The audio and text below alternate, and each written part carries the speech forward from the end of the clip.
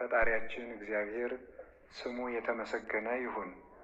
በመካከላችን ተገኝቶ ልቡናችንን ከፍቶ እንዲያስተምረን ቅዱስ ፈቃዱ ይሁንልን። እንግዲህ እንደ እግዚአብሔር ፈቃድ ዛሬ በቅዱስ ወንጌል ላይ የተነበበልንን ምንባብ ተምረን እንሄዳለን ማለት ነው። አንድ የምናውቀው እናንተም የምታውቁት ሁላችንም ልናውቀው የሚገባንም አንድ ስርዓት አለ። ቅዳሜ ማታ ዛሬ አልሆን ብሎ ከመከራ ብዛት የተነሳ ብዙ እየተረሱ የመጡ ስርዓቶች አሉ። ቅዳሜ ማታ ከቀኑ 11 ሰዓት ጀምሮ ቤተ ክርስቲያን ይከፈታል። ምዕመናን ቤተ ክርስቲያን መጥተው ያድራሉ። ቅዳሴ ያስቀድሳሉ። በቅዳሴ ላይ የተነበበው ወንጌል ቢኖር ጳጳስ ባይኖር ከአባቶች አንዱ ተርጉሞ በቅዳሴ ላይ የተነበበውን ወንጌል በማለዳ ተርጉሞ ለምዕመናን አሰምቷቸው ከቤተ ክርስቲያን የሚወጡት ከዚህ በኋላ ነው። ይሄ የዕለት ምግብ የሚባለው ይሄ ነው።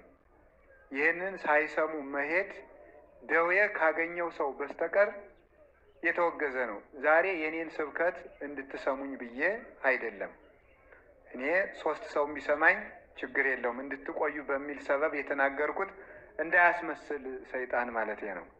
ስለዚህ በየትኛውም ጊዜ ተአምረ ማርያም አክብራችሁ እንደምትሰሙ ወንጌልን አክብራችሁ ሰምታችሁ ሳትጨርሱ መውጣት አይገባም። ይህንን እንድናስበው ነው። የቅድስት ቤተ ክርስቲያን አምላክ የተነበበውን ለዕለቱ የመደበልንን የነፍስ ምግብ አበው በግጻው የሰሩትን ካህኑ በቅዳሴ ጊዜ እሱም እንዲናገረን ቅዱስ ፈቃዱ ይሁንልን። አሁን የምንማማረው ቅድም እንዳልኳችሁ በቅዳሴ ያለው ኢትኩኑ ከመመደለዋን ዛሬ ትንሽ ጊዜ ብትሰጡ ደስ ይለኛል። ትሰጡኛላችሁ? 5 ካህኑ እንዲህ ብለው ጀምረው ነው ያነበቡት። ሙሉ ምንባቡን እያነበብን እየተረጎምን እንሄዳለን ማለት ነው። ለምንድን ነው ዛሬ ሰፋ ይበል ያልኩት? እስመ እሙንቱ ውስተ መኳርብት ወውስተ መራህብት ያፈቅሩ ቀዊመ ከማያስተርእዩ ለሰብ። እነርሱ ሰው እንዲያያቸው ሰው እንዲመለከታቸው በየአደባባዩ በየማዕዘኑ በየመንገዱ ቆመው መጸለይ ይወዳሉና ስትጸልዩ እንደ ግብዞች አትሁኑ ይላል። ይህ ምዕራፍ 3 አንቀጽ ነው ያለው። ምዕራፍ 6 ማቴዎስ ወንጌል ምዕራፍ 6 3 አንቀጽ አለው። ወይም ሶስት ምኖችን የያዘ ነው። ስለ ምኖችን ምንነቶችን 3 ጉዳዮችን የያዘ ነው። አንቀጸ ጸሎት፣ አንቀጸ ምጽዋት፣ አንቀጸ ጾም። አንቀጸ ጸሎት፣ አንቀጸ ምጽዋት፣ አንቀጸ ጾም 3 ጉዳዮችን ይዟል። ጌታችን መድኃኒታችን ኢየሱስ ክርስቶስ በቆሮንቶስ በረሃ ምድረ በዳ ሲጾም 40 ቀንና 40 ሌሊት ሲጾም በ3 የኃጢአት ራሶች ተፈትኖ ነበረ። በምን? በስስት፣ በፍቅረ ነዋይ ወይም ገንዘብን በመውደድና በትዕቢት ሰይጣን የፈተነው ማለት ነው። ገንዘብን በመውደድ ፈተና፣ በትዕቢት ፈተናና በስስት ፈተና ፈትኖት ነበረ። በኋላ ጌታ ደግሞ ዲያብሎስን አሸንፎ ከመጣ በኋላ ለሕዝቡ እነዚህን 3 የኃጢአት ራሶች የሚሸነፉባቸውን 3 የሥነ ምግባር ራሶች የሚባሉትን ደግሞ አስተማረ። 3ቱ የሥነ ምግባር ራሶች የሚባሉት ምንድን ናቸው ከተባለ ጸሎት፣ ምጽዋትና ጾም ናቸው። የሚጾም ሰው ስስት ይጠፋለታል። የሚመጸውት ሰው ደግሞ የገንዘብ ፍቅር ይጠፋለታል። የሚጸልይ ሰው ደግሞ ትዕቢት ይጠፋለታል። 3ቱን ኃጢአቶች ያሸነፈ ሰው ደግሞ በዓለም ላይ ማንኛውም ኃጢአት ሊቃወመው አይችልም። የኃጢአት ሁሉ ስሮች እነዚህ ናቸው። ገንዘብ የሚወድ ሰው የሚሳሳ ሰው ገንዘብ ይወዳል። ገንዘብ የሚወድ ሰው ደግሞ ትዕቢተኛ ይሆናል። ትዕቢተኛ ሰው ደግሞ በእግዚአብሔር የተጠላ ነው። ስለዚህ እነዚህ ሶስቱን አንድ ሰው በሕይወት ዘመኑ ሁሉ መጥላት ያለበት እነዚህን ነው። እነዚህን ተቃውሞ ካሸነፈ ሌሎችን ማሸነፍ ይቻላል። ስለዚህ እነዚህ የሥነ ምግባር ራሶች ይባላሉ። አሁን ዛሬ ከሶስቱ የምንማረው ምኑን ነው ካላችሁ ጸሎትን ነው። ዛሬ የምንማማረው ጸሎትን ነው። ጸሎትን ከነ ስርዓቱ ጌታችን መድኃኒታችን ኢየሱስ ክርስቶስ አስተምሮናል። ጸሎት ማለት ስለ ትርጉሙ ልንገራችሁና አሁን ይሄ እንዴት እንደምንጸልይ ነው። ጸሎትን መደበኛ አድርጎ ጌታ ግን እንዴት እንደምንጸልይ ነው የነገረን። መጀመሪያ ስለ ጸሎት ትንሽ ልንገራችሁ። ጸሎት ብሂል ተናግሮ ምስለ እግዚአብሔር። ጸሎት ማለት ከእግዚአብሔር ጋር መነጋገር ማለት ነው። ጸሎት ማለት ከእግዚአብሔር ጋር መነጋገር ማለት ነው። ከእግዚአብሔር ጋር መነጋገር። ሰው ሲጸልይ ከእግዚአብሔር ጋር ይነጋገራል። ስንጸልይ ፊት ለፊታችን እግዚአብሔር አለ። እግዚአብሔርን እያነጋገርን ነው። አምላኬ አምላኬ ለምን ታደገኒ፣ አምላኬ አምላኬ ለምን ተውከኝ ስለው ከፊት ለፊት አድርጌ እያናገርኩት ነው። አንድ ሰው ጸሎት የሚያቋርጥበት ምክንያት ጸሎት የሚሰለቸው ወይም ጸሎቱን እያቆራረጠ የሚጸልየው ለምንድን ነው ካላችሁኝ ከማን ጋር እንደሚነጋገር ስለማያውቅ ነው። ሁላችሁም እንደምታስቡት አንድ የምንወደውና የምናከብረው ትልቅ ሰው በሰውኛው ትልቅ የተባለ ሰው እኛን ለማነጋገር ቀጠሮ ቢይዝልን ያንን ሰው ለማነጋገር ከተያያዘልን ቀጠሮ የተነሳ እንቅልፍ አልወስደን ብሎ ያድራል። ጸሎት ግን እግዚአብሔርን ያህል ንጉሥ ሰራዊተ መላእክት እያመሰገኑት ቅዱሳን አባቶች እያመሰገኑት ለእኛ ለአንድ መናኛና የተናቅን ፍጡሮች ቀጠሮ ይዞ ሊሰማን ይጠብቃል። ያንን ንቀን ነው የምንቀረው ማለት ነው። እግዚአብሔር አሁን ለምሳሌ ስንት ቀን ያመላለሰን የአንድ የቀበሌ ጽሕፈት ቤት ኃላፊ ወይም የመዘጋጃ ሰራተኛ ሰኞ ቢገኝልን እንዴት ደስ ይለናል። ለፍቼ እኮ ዛሬ ተሳካልኝ እንላለን። ያገኘነው ሰውዬ የምድር ደብዳቤ የሚጽፍ ሰው ነው ያናገረን። ከዚያ ከፍ ብለን ከንቲባውን ብናናገርስ፣ ከፍ ብለን የዞኑን ዋና አስተዳዳሪ ብናናገርስ፣ ከፍ ብለን የክልሉን ፕሬዝዳንት ብናናገርስ፣ ከፍ ብለን የሀገሪቱን ጠቅላይ ሚኒስትር ብናናግር እንደ ትልቅ እድለኛነት እናወራዋለን። ፎቶ ተነስተን ፎቶአችን እናስቀምጣለን በትልቅ ይሄ ከጠቅላይ ሚኒስትሩ ጋር የሆነ ጊዜ ምሳ በልቼ ብሎ ሰው ይናገራል። እግዚአብሔር ግን በየቀኑ ያለ ደጅ ጽናት ይገኛል። በየቀኑ እግዚአብሔርን ማናገር ይቻላል። በየቀኑ ብቻ አይደለም፣ በየሰዓቱ የምድር ነገስታት ጠዋት አናግረናቸው 6 ሰዓት መልሶ ቢቸግረን ማግኘት አንችልም። ምናልባት እንደገና 40 ቀን ልንጠብቅ እንችላለን። 6 ሰዓት አናግረን 9 ሰዓት ማናገር አንችልም። 9 ሰዓት አናግረን 11 ሰዓት አይደግሙልንም። 11 ሰዓት አናግረን 1 ሰዓት አይደግሙልንም። ሌሊት ቢቸግረን አይደግሙልንም። አናገኛቸውም። ሁሉ ብንጠራቸው ሌሊት ከቢሯቸው ብንሄድ ወንጀለኛ ተብለን ልንታሰርም እንችላለን። እግዚአብሔር ግን ማለዳም ይሰማል፣ ማታም ይሰማል፣ ጧትም ይሰማል፣ ቀንም ይሰማል፣ ያለ ጊዜ ይሰማል፣ ያለ ወረፋ ይሰማል፣ ሳይመርጥ ይሰማል። እግዚአብሔር የሚሰማውና የማይሰማው ሰው የለም። ሁሉንም ይሰማል። ሁሉንም ወረፋ ሳያስጠብቅ ያለ ጊዜ ፈረቃ እግዚአብሔር ሁሉንም ያዳምጣል። ጸሎት ማለት እግዚአብሔርን ማናገር ነው። እንደ ጸሎት ማቋረጥ ያለ ሞኝነት የለም። እንዴት ሰው እግዚአብሔርን ያህል ንጉሥ አናግረኝ ብሎ እየጠበቀው እንዴት ያን አቋርጦ ይውላል? እና የእግዚአብሔር ቤተሰቦች እኔ ዛሬ በእግዚአብሔር ስም የምማልዳችሁ በእውነት ምንድን ነው ካላችሁ ጸሎት እንዳታቋርጡ። ትልቅ ነገር በእውነቱ ማለት ነው። እናት የልጇን ንግግር ከምትጠብቀው በላይ እግዚአብሔር እኛን በማለዳና በመታት ጸሎት እኛን ለማዳመጥ ደስ ብሎት ይጠብቀናል። ማለዳ እግዚአብሔር እኛን ይጠብቃል። ተነስተን እንድንጠራው አባታችን ሆይ እንድንለው። ይሄ ነው ጸሎት። የምግባራት ሁሉ እናት ናት። የጦርነት ሁሉ መጀመሪያ ናት ጸሎት። ዲያብሎስ እንደ ጸሎት አድርጎ የሚጠላው ስነ ምግባር የለም። ጾም ሊሆን ይችላል፣ ስግደት ሊሆን ይችላል፣ ምጽዋት ሊሆን ይችላል፣ ቸርነት ሊሆን ይችላል፣ የዋሃት ሊሆን ይችላል፣ በጎነት ሊሆን ይችላል፣ ገርነት ሊሆን ይችላል፣ ፍቅር ሊሆን ይችላል፣ ሰላም ሊሆን ይችላል፣ መጣወተ ርዕስ ሊሆን ይችላል፣ ሰማዕትነት ሊሆን ይችላል፣ ምንኩስና ሊሆን ይችላል፣ ማስቀደስ ሊሆን ይችላል። ሁሉም ነገር ይሁን ሰይጣን እንደ ጸሎት አድርጎ የሚጠላው ምግባር ጥሩ ስራ የለም። ለምን ሲባል ከእግዚአብሔር እያስፈቀድን ስለሆነ ማለት ነው።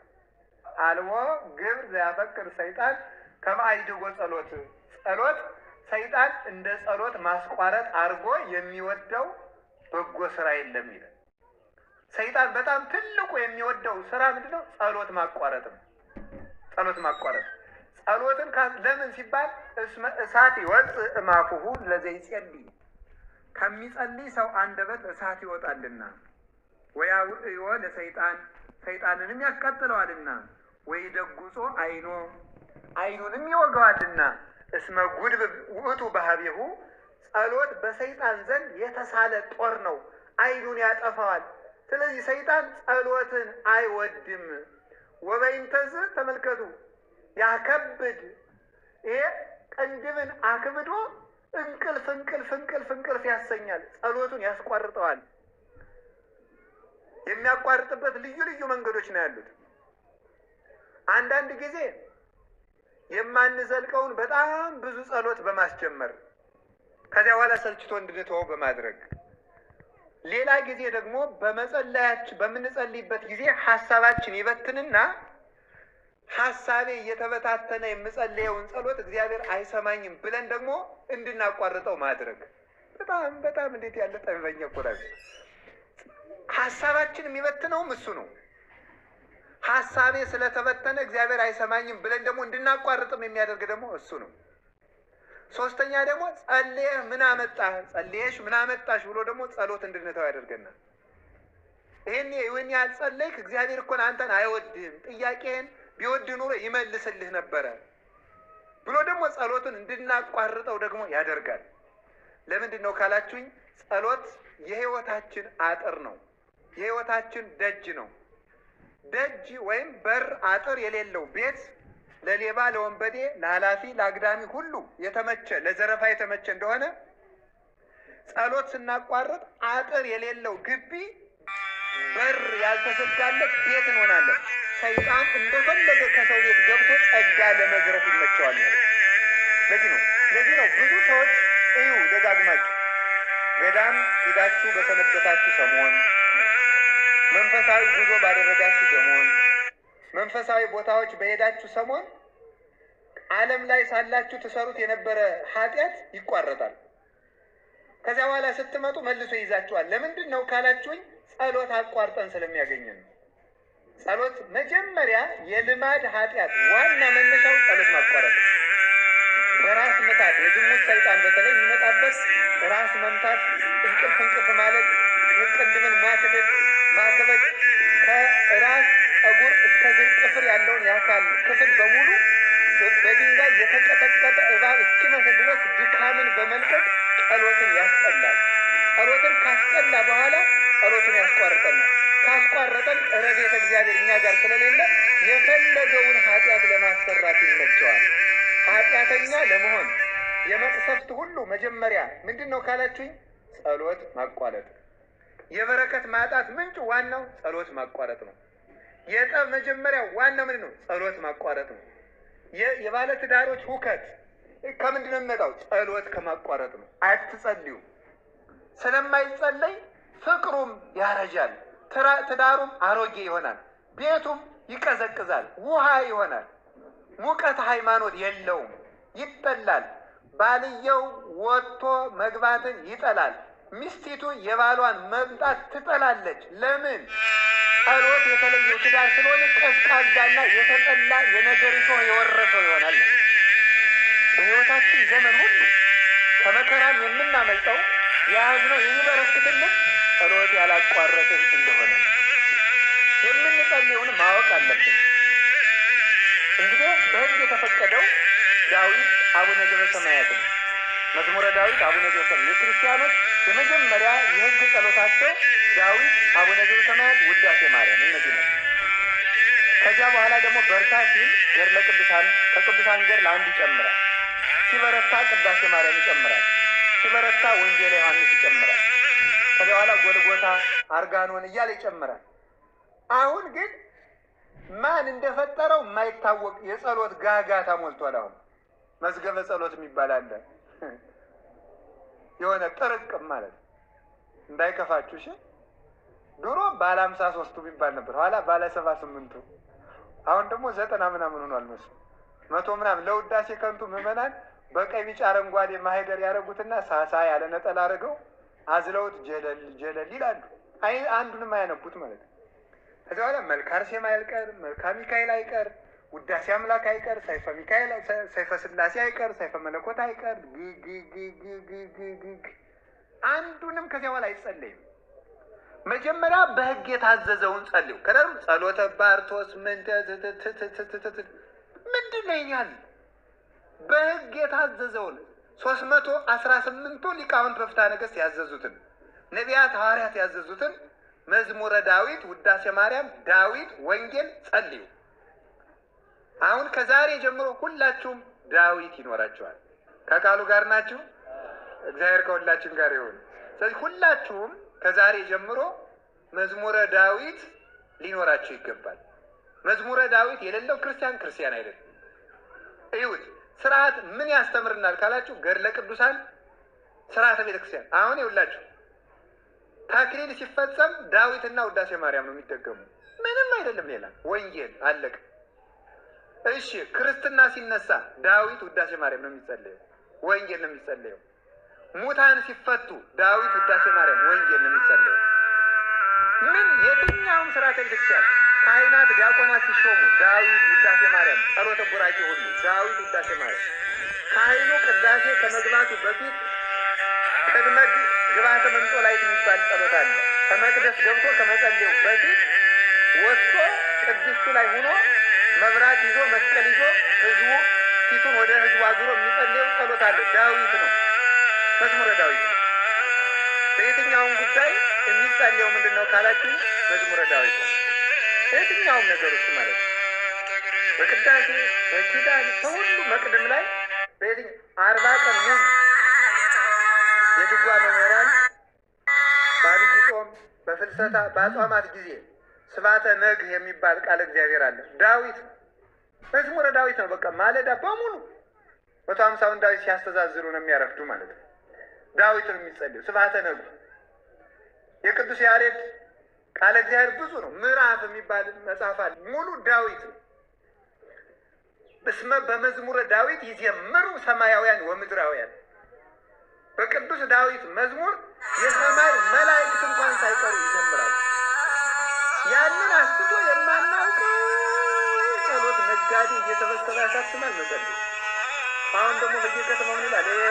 ሌሊት ለሚያንቀጣቅጣችሁ፣ ለሚያስፈራራችሁ፣ ሕፃናትን ሽንት ለሚያሸናባችሁ ጥሩውን ፈቱን መድኃኒት ነው እያያዛችሁ መጽሐፉን 20 ብር ነው ይላል። እውነት መስሏችሁ እናንተ ትገዛላችሁ። ዳዊታችን ትገዙ ዝም ብላችሁ ዳዊት እንደው መዝሙረ ዳዊት ለ40 ቀን እንኳን ታታቋል እንኳን ሁል ጊዜ 40 ቀን እንኳን ብትጸልዩ አጋንንት እናንተ ዙር አይሉ። የሁሉንም ቅዱሳን በሙሉ ገድል ብታነቡት መዝሙረ ዳዊት ነበር የሚያነቡት። መዝሙረ ዳዊት፣ አቡነ ዘበሰማያት፣ ውዳሴ ማርያም፣ ቅዳሴ ማርያም፣ ይሄ ነው ጸሎት ማለት። አሁን ከዛሬ ጀምሮ የምትጸልዩዋቸውን ጸሎች ቁጭ አድርጓቸው። የህጉን ያዙና ሌላ ትጨምራላችሁ። ስለዚህ የህጉን ያዙና መዝሙረ ዳዊትና ውዳሴ ማርያም ላለማቋረጥ ለራሳችሁ ቃል ግቡ። ከዛሬ ጀምሮ ነገቷት ሁላችሁ መዝሙረ ዳዊት እንድትገዙ። መዝሙረ ዳዊት ሁላችሁ የሰንበት ትምህርት ቤቱን ሱቅ አለው አይደል? ዳዊት አለ እዚያ ግዙ። ወሬላችሁ አምጡ፣ ወሬላችሁ እናንተም ባህር ዳር ዳችሁ አምጡ። ሰሞኑን እስከሚቀጥለው ሳምንት መንፈሳዊ ፕሮጀክት ምዕመናን እየሰማችሁ ነው። መዝሙረ ዳዊት ገዝታችሁ ጸልዩ። እርግጠኛ ሆኜ ነው የምነግራችሁ፣ የፈለጋችሁትን ነገር ይመልስላችኋል መድኃኒዓለም። እምነቴን ነው እንጂ እንደ ቅዱሳን ጸጋ ኑሮኝ አይደለም እንደዚህ የምለው። እምነቴን ነው የምነግራችሁ። በሕግ የታዘዘውን ነገር አድርጉ። ሕግ የሚለው ይሄ ነው። አንዳንድ አባቶች ሰይፈ መለኮት ጥሩ ነው፣ አንዳንድ አባቶች ሰይፈ ስላሴ ጥሩ ነው ብለዋል። አንዳንድ አባቶች የሚባል ነገር የለም። የመጽሐፍ መምህራን የተናገሩት ነው እውነት። እኔ ደግሞ እንግዲህ የመጽሐፍ መምህር ነኝ። ምን ሆናችኋል እናንተ? የቤተ ክርስቲያን የመጽሐፍ መምህር ነኝ። ለክታ ሰፍራን ብሉይን አስተምር፣ ሐዲሱን አስተምር፣ ሊቃውንቱን አስተምር፣ መነኮሳቱን አስተምር ብላ መርቃ ሰጥታኛለች። ተምሬበታለሁ፣ እናገራለሁ። ስለዚህ ቤተ ክርስቲያን እነማን የሚናገሩትን እንመን ካላችሁ የመጽሐፍ መምህራን የሚናገሩትን የመጽሐፍ መምህራን የሚናገሩትን አበው ያስተማሩንን የኔ እኮ አይደለም ትምህርቱ የሊቃውንት የነ ቅዱስ ቄርሎስ የነ ቅዱስ ዮሐንስ አፈወርቅ የአባቶቻችን የ318ቱ ሊቃውንት ትምህርት ነው። ስለዚህ ዳዊት ውዳሴ ማርያም ጸልዩ፣ ከዚያ ደግሞ ከሆነላችሁ አርጋኖን ጨምሩ፣ ደግሞ በ21 ድገሙ። ግን ሁሉንም አንድ ጊዜ አትጀምሩት ነው የኔ ጥያቄ። መጀመሪያ የዕለት ዳዊትና የዕለት ውዳሴ ማርያም ድገሙ። አቅም ካላችሁ ደግሞ የሰባቱን በየዕለቱ አድርጉት። ከዛ በኋላ ደግሞ ሌሎችን አቡነ ዘበሰማያት ብዙ ይደገማል፣ ልነግራችሁ ነው። እሱ እንዲህ ያደርጋችሁ ከጸለያችሁ እግዚአብሔር ከኛ ጋር ይሆናል። አምላከ ቅዱሳን ከሁላችን ጋር ይሁን እና ጸሎት ከዚህ ሁሉ ያድናል፣ እግዚአብሔር ጋር ያገናኛል፣ ሀብትን ረድኤትን ሁሉ ይጠብቃል። አንኳኩ ንገሩኝ፣ በሉ አንኳኩ አንኳኩ አንኳኩ። እናንተ አሁን አንኳኩ ምን አደርጋለሁ ብሏል እግዚአብሔር። እናንተ አታንኳኩም፣ ግልብጥ ብላችሁ ማደር። አንኳኩ ማለት ጸልዩና የስጦታ በር ልክፈትላችሁ ብላችሁ የለም ባላንኳኳም ብላችሁ ተገንድሳችሁ እንደ ግንድ ታድራላችሁ። እግዚአብሔር በየት ጥያቄያችሁን ይመልሳል። አታንኳኩማ፣ አትጸልዩ። ዳዊት አንኳኩ፣ በአቡነ ዘበሰማያት ጠይቁኝ፣ በውዳሴ ማርያም ጸልዩኝ፣ አንኳኩና ልክፈትላችሁ። ማን ይስማ? ዝም ብሎ ወደ ጠንቋይ የሚሮጥ ማንኳኳት ሲያቅተው የእግዚአብሔር ደጅ የሚያንኳኳው ጠፍቶ አገር ለአገር ጠንቋይ አውደ ያህጉሩ ረስያን ወበከመ ልዕልና ከሰራይቆሙ ለደቂቀ እጓለ እመሕያው ይላል ቅዱስ ዳዊት። የሰው ልጆችን አንተ በልልና በጌትነትህ በዚህ ይደሩ፣ በዚህ ተሰሩ፣ በዚህ ተጠቀሙ ብለህ ጾሙን፣ ጸሎቱን፣ ስርዓቱን ሰርተህላቸው ነበረ። አውደ ያህጉሩ ረስያን ዝንጎዎች የሰው ልጆች ግን ያንተን ስራ ትተው ሜዳ ለሜዳ ይዞራሉ። ውሃ ያለ እዚህ ማሰሯችን ተሸክመን የምንሮጥ ወደዚያ፣ ሀብት ያለ እዚህ እኛ የምንሮጥ በሌለበት፣ ሳር የሚለቀም እዚህ በጎች የሚኖሩ በበረሃ፣ ውሃ ያለ እዚህ በጎች የሚኖሩ በበረሃ፣ ወርቅ ያለ እዚህ እኛ የምንውል አፈር ላፈር። ይሄ ነው መዋያን አለማወቅ፣ የት እንደሚገኝ አለማወቅ። አሳው ያለ በዚህ እኛ መረባችን የምንጥል በግራ፣ አሳው የሚጠመድ እዚህ። ስለዚህ እውነት የምትጠቀሙበትን መንገድ እወቁት። የምትጸልዩ ከሆነ ሁሉንም ነገር ታሸንፋላችሁ። ድል እንድንነሳ እግዚአብሔር ይርዳን። እንደዚያ ከሆነ አሁን አንድ ነገር ልንገራችሁ። ሰይጣን የሚናገራችሁን ሹክ የሚላችሁን ነገር ልንገራችሁ። ለምሳሌ ሰይጣን ጸሎት የሚያቋርጥ ሰይጣን አንደኛ ምንድነው? ማስመሸት አንዱ ብልሃቱ ነው። ማስመሸት ማታ እስከ 5 ሰዓት ድረስ ጥሩ ፊልሞችን፣ ፕሮግራሞችን እያመጣ ጨዋታዎችን፣ ወጎችን፣ ስልኮችን እያስወራ ማታ በደንብ ያስመሻልና በኋላ ሌሊት ልነሳ ሲሉት ወዴት? አንዱ ማስመሸት ነው። አንዱ ደግሞ ምን ማለት ጸሎትን እንደ ዕዳ መቁጠር ነው። እንግዲህ ስንቱን ነው የምደግመው ማለት ነው። ያ ሁሉ እንግዲህ የሚያልቅልኝ ጸሎት እኮ አላደረስኩም ብሎ እንደ ዕዳ መቁጠር። እስኪ እንደ ውድ ቅጠር። አሁን ወጣቶች እናውቃቸዋለን እኮ አሁን ልታገቡ ስትሉ እጮኛ ሲኖራችሁ ከዚያች ልጅ ጋር ስትቀጣጠሩ እንዴት ብላችሁ ነው የምትሯሯጡት? ታዲያ ይቅርታ ቀጠሮ አለብኝ ነው አይደል የምትሉት? ጸሎትን እንደዚያ የእግዚአብሔር የፍቅር ቀጠሮ አድርጉት። እግዚአብሔር አባታችሁ እንደሚጠብቃችሁ አስባችሁ የእሱ ቀጠሮ እንደሆናችሁ ነው ማለት። እንደ ዕዳ አትቁጠሩት። እንደ ዕዳ ስለምንቆጥረው ነው። ሌላው ደግሞ ሀሳቤ እየተበታተነ ብጸልይ እግዚአብሔር አይሰማኝም ለሚለው ሰይጣን ይሰማል፣ እግዚአብሔር ይሰማል። አንድ ነገር ልንገራችሁ። 10 የቅድስና ደረጃዎች አሉ። የሰው ልጅ ከ10 የቅድስና ደረጃዎች 4ኛው ላይ ካልደረሰ ሀሳቡ ሳይበተን መጸለይ አይችልም። እኛ ደግሞ ገና መጀመሪያውን አልጀመርንም። ስለዚህ ሀሳብ ቢበተንብህ አትጨነቅ፣ አትደነቅ። ከዚያኛው ማዕረግ አልደረስክምና ከዚያ ማዕረግ ሳትደርስ ሀሳቤ ለምን ተበታተነብኝ ማለት ትዕቢት ነው። ዝም ብለህ ቢሰማህም ባይሰማህም ቢገባህም ባይገባህም ጸልይ። ጸሎቱ ለአንተ ባይሰማህ ለሰይጣን ይሰማዋል፣ ይሸሻል። ለአንተ ባይሰማህ እግዚአብሔር ይሰማል። ሌላው ሀሳባችሁ እንዳይበተን ብትችሉ ሁሉንም ሕዋሳቶቻችሁን በጸሎት ጊዜ አሳትፏቸው። በጸሎት ጊዜ ማሳተፍ ማለት ነው እግር ይቁም፣ እጅ መጽሐፍ ይሸከማል። አሁን አንድ ነገር ግን ማናሳትፈው በጣም ውድ የአካል ክፍል አለ። በጸሎት ጊዜ መስራት ያለበት ማን ነው? ጆሮ። እስኪ ጆሮ በሉ እንጂ በሉ። ጆሮ መሳተፍ አለበት በጸሎት ጊዜ። ምን ማድረግ አለበት? በጸሎት ጊዜ የሚሳተፈውን እያሉ የምንናገረውን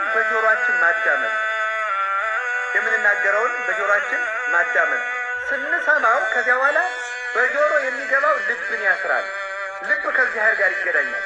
በአፍ የሚወጣው ወደ ጆሮ መግባት አለበት። በጆሮ የሚገባው ልብን ይቆጣጠራል።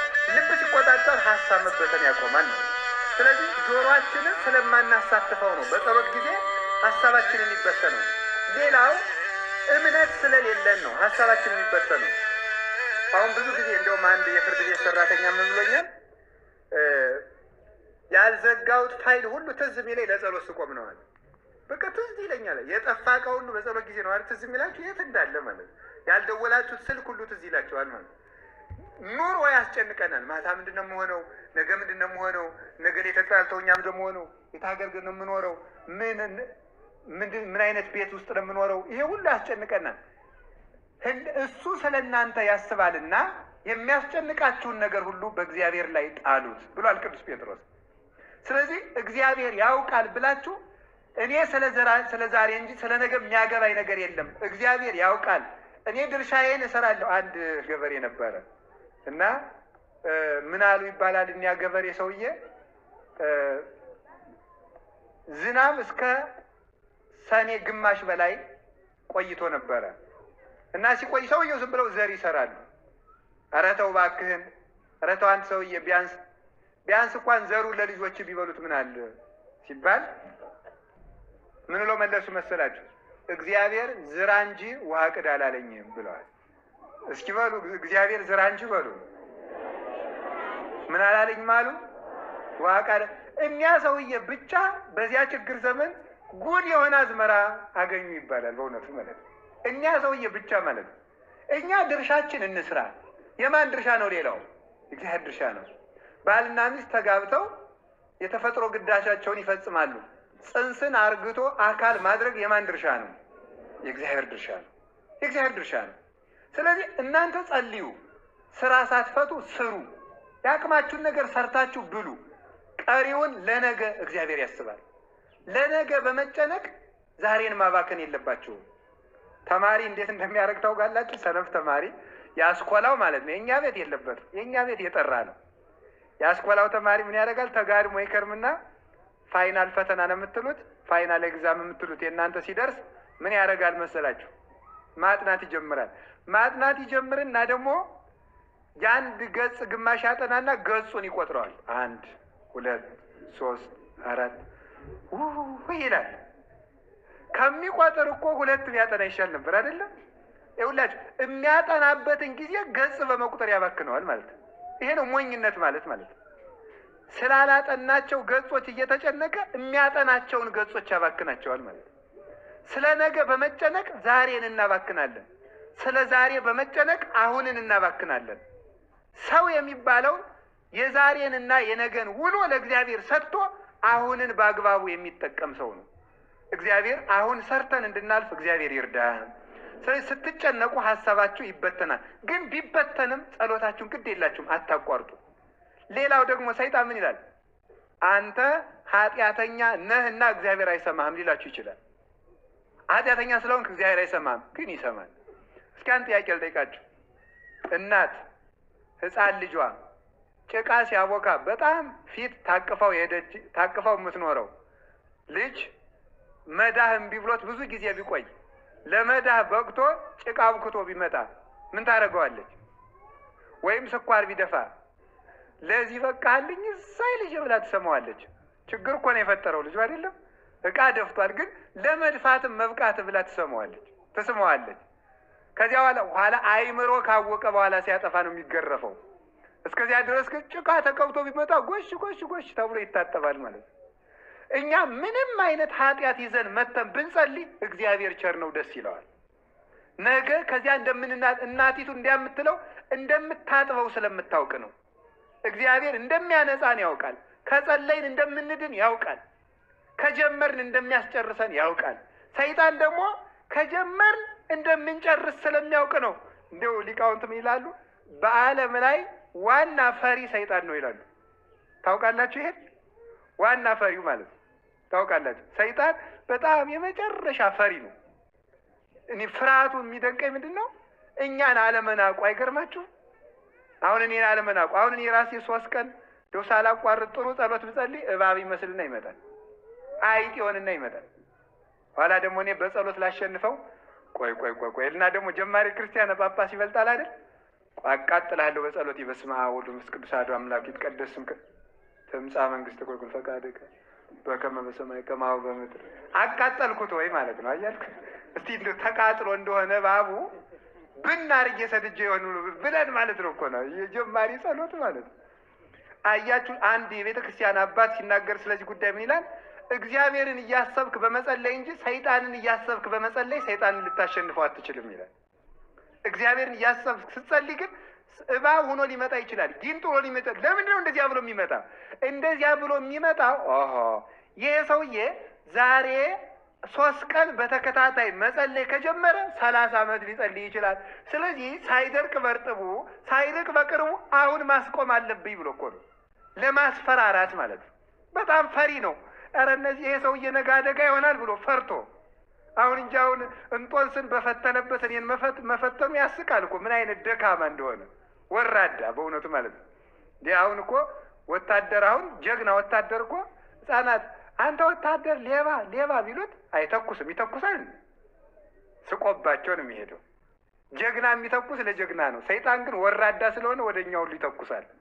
ጀግኖቹማ እንግዲህ እነ እንጦንስ እነ መቃርስ ግንባሩን ብለው ይጥሉታል። እኛንም የማይንቅ ሰይጣን ፈሪ ነው። ፈሪ ስለሆነ ነው እንጂ የሚያስጨንቃችሁ ስለማይዘለቅ አይደለም። አንድ ቀን ቅዱስ እንጦንስ ሲጸልይ